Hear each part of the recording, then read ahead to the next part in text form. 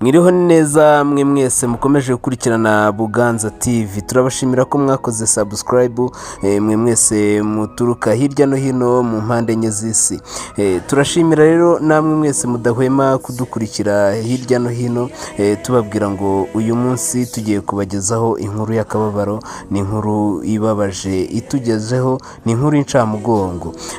Ibi rero bigiye bivugwa ndetse bigiye bigaragara aho umugabo hashize iminsi ibiri akoze ubukwe. Urumva bahashize iminsi ibiri yitabye Imana mu gihe yari amaze amezi abiri akoze ubukwe. Ibi rero nibyo biri kuvugwa, biri gucicikana ku mbuga nkoranyambaga. Niyo mpamvu tuba tugeze tuti namwe tubibasangize mubone yuko iyi si nta nyiturano, iyi si irababaje cyane. Mbuga nkoranyambaga zigiye zitandukanye, abantu benshi bari gukomeza gupostinga iyi couple, cyane cyane uwo mugabo uriho urareba kuri iyo screen yawe. Abantu mwe, ibintu byabaye kuri iyi couple birababaje cyane. Abantu benshi bari gupostinga uyu mugabo uburyo mu by'ukuri donc ari muremure, uburyo nyine ari umusore, arubona ko nyine ari umusore. Abantu benshi bari kumupostinga, abantu benshi bakagira agahinda gakomeye cyane, n'ishavu rikomeye cyane ku muryango. Birababaje cyane, ariko cyane cyane Liliane, umugabo we yitwaga Bruno.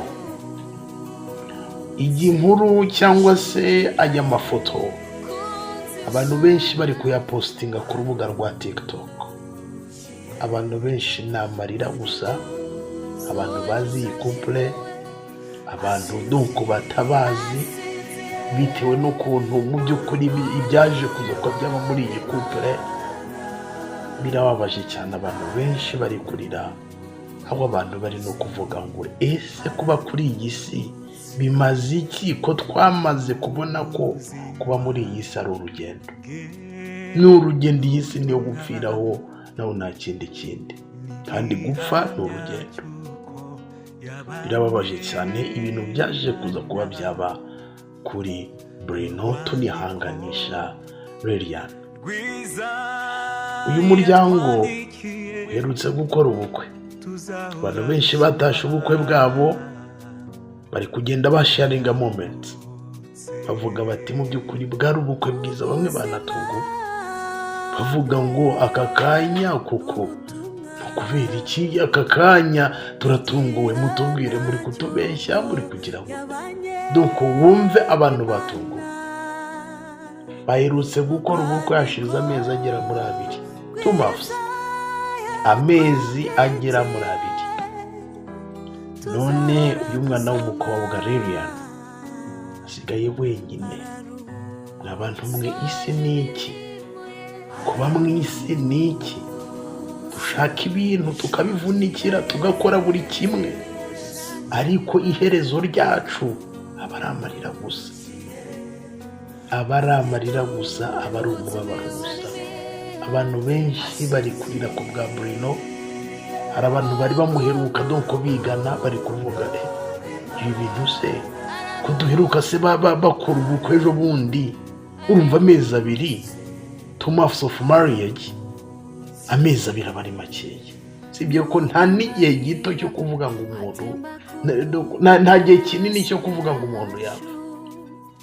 Ariko wumve Bruno yatunguye abantu, urupfu rwiwe donc rwashenguye abantu ku rwego rwo hejuru, aho abantu bari kuvuga ngo ubuzima ni iki. Ndakunda kubabwira ngo ubuzima tubaho hano ku isi bufite garanti.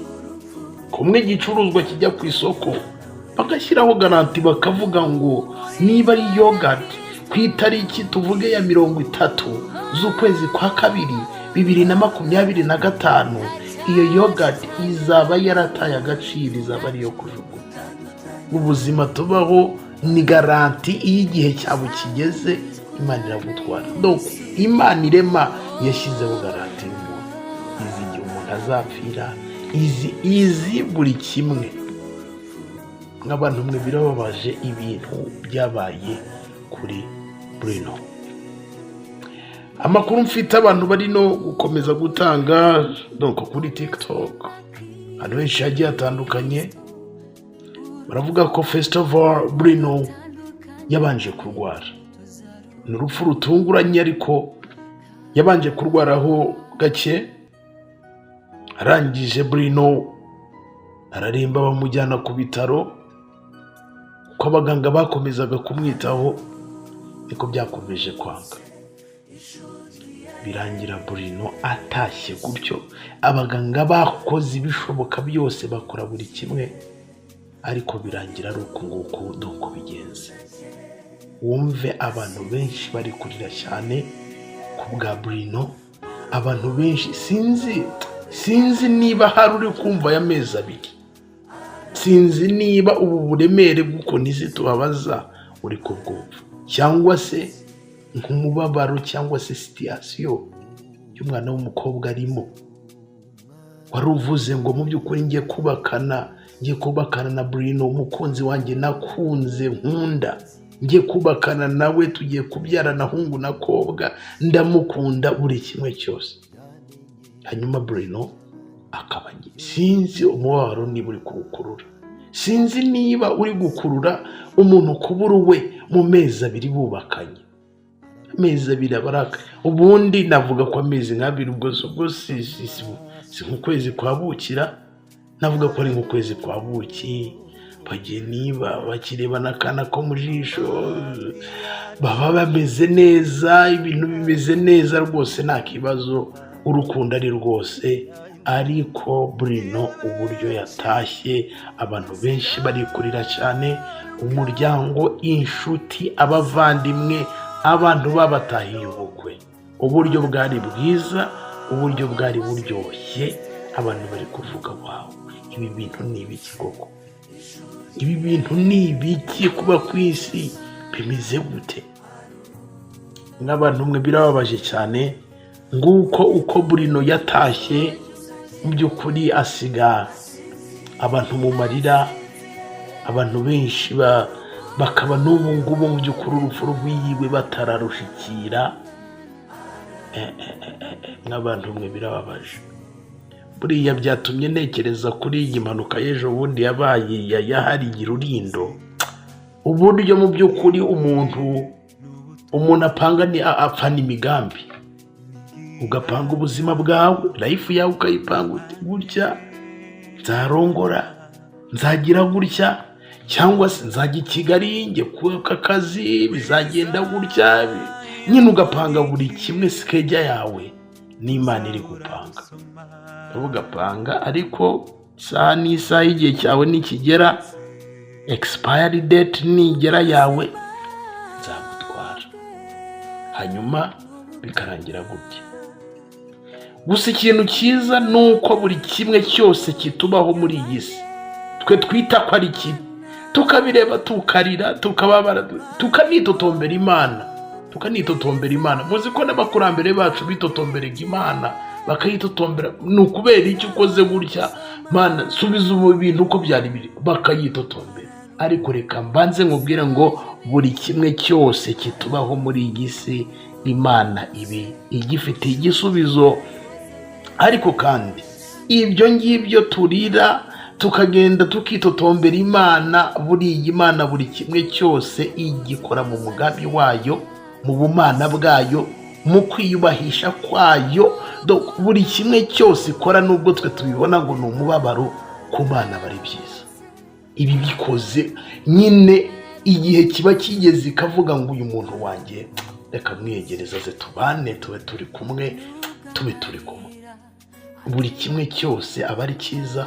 Ireba umuntu ikanavuga ati uyu muntu nyamaze bishobora no kugenda gutya, aho kugira ngo wenda agende nzamubure, oya reka naze ngwino wicare iburyo bwanjye, tube turi kumwe ku munsi w'umuzuko. Mu by'ukuri ibintu bizaba ari umunezero. N'abantu mwe nuko bimeze. Liliane ni ukwihangana, buri kimwe cyose kiba ku mugambi w'Imana, kandi Bruno hari impamvu Imana yemeye ko ibi bintu biba, kandi impamvu Imana yabyemeye ni ku neza. Niyo mpamvu mu bibi no mu byiza tugomba guhora dushima, kubera ko ntitwakwitotombera Imana, ntitwahindura ibyabaye, ni nyine buri kimwe cyose Imana igikora ikizi, nubwo twe turira tukagira gute, ariko aba ari byiza ku Mana. Niyo mpamvu iba itwaye umwana wayo. Ndabihanganishije umuryango, abavandimwe, inshuti, abantu benshi biganye na Bruno, famiye yo ku mukobwa Lilian. Ndabihanganishije, tuzongera guhura na Bruno mu gitondo cya kabiri cyo kuzuka. Ndabakunda, nitwa Shadu. Niba utarakande subscribe ubikore, tujye tubana mu nkuru n'ibiganiro tugenda tubagezaho 5 kuri 5.